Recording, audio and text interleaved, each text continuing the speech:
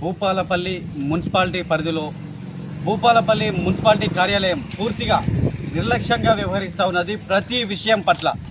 అలాగే నేను గత నెలలో గౌరవ న్యాయస్థానం నుంచి సురక్ష హాస్పిటల్ అనే పేరుతో నిర్మించబడిన భవనాన్ని సీజ్ చేయాలని మధ్యంతర ఉత్తర్వులు తీసుకొస్తే ఆ ఆర్డర్ను మున్సిపాలిటీ కార్యాలయం తుంగలో తొక్కుతూ నామమాత్రంగా సీజ్ చేసి ఎక్కడైతే గౌరవ న్యాయస్థానము స్ట్రక్చర్స్ ఫ్లోర్స్ డీవియేషన్ జరిగిన ప్రతి చోట సీజ్ చేయాలందో అది ఏది అవలంబించకుండా మున్సిపాలిటీ కమిషనర్ మున్సిపాలిటీ కార్యాలయం నామమాత్రంగా వాళ్ళకు అమ్ముడు పోయే విధంగా వాళ్ళ వ్యక్తిగత స్వలాభాల కోసం కేవలం వాళ్ళ వ్యక్తిగత స్వలాభాల కోసమే నామమాత్రంగా సీజ్ చేశారనే ఉద్దేశం భూపాలపల్లి మున్సిపాలిటీ ప్రజలు ఉన్నది.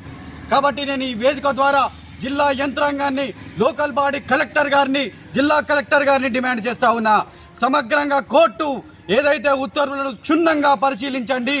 ఎక్కడైతే పొరపాట్లు జరిగినాయో మున్సిపాలిటీ కార్యాలయం అవలంబిస్తున్న తీరులపై మీరు ఖండించాలి. పూర్తి స్థాయిలో కోర్టు న్యాయస్థానాన్ని మీరు గౌరవించాలి.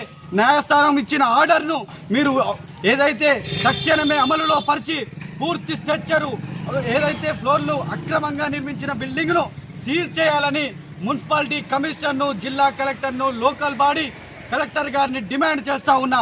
మరియు భూపాలపల్లిలో మున్సిపాలిటీ పరిధికి సంబంధించి వన మహోత్సవం మరియు మన గ్రీన్ బడ్జెట్ మన దసరా సద్దుల బతుకమ్మ ఉత్సవాలకు సంబంధించిన బడ్జెట్లో అవకతవకలు జరిగాయి.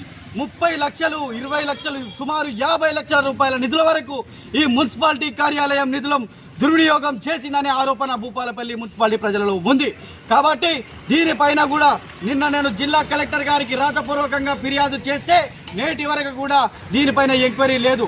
కాబట్టి నేను అడుగుతా ఉన్న ప్రజాధనాన్ని దుర్వినియోగపరుస్తున్న మున్సిపాలిటీ కార్యాలయ అధికారులపైన చట్టపరమైన చర్యలు తీసుకోవాలి. ఈ నిధులపైన సమగ్ర విచారణ జరపాలని జిల్లా కలెక్టర్ లోకల్ బాడీ కలెక్టర్ గారిని డిమాండ్ చేస్తా ఉన్నా. ప్రజా సొమ్మును ఎవరు తిన్నా వారిపైన కఠినమైన చర్యలు తీసుకోవాలి. బదిలీ అయిపోయిన అధికారులను తీసుకురావద్దని మళ్ళొకసారి జిల్లా కలెక్టర్కు చెప్తా ఉన్నా.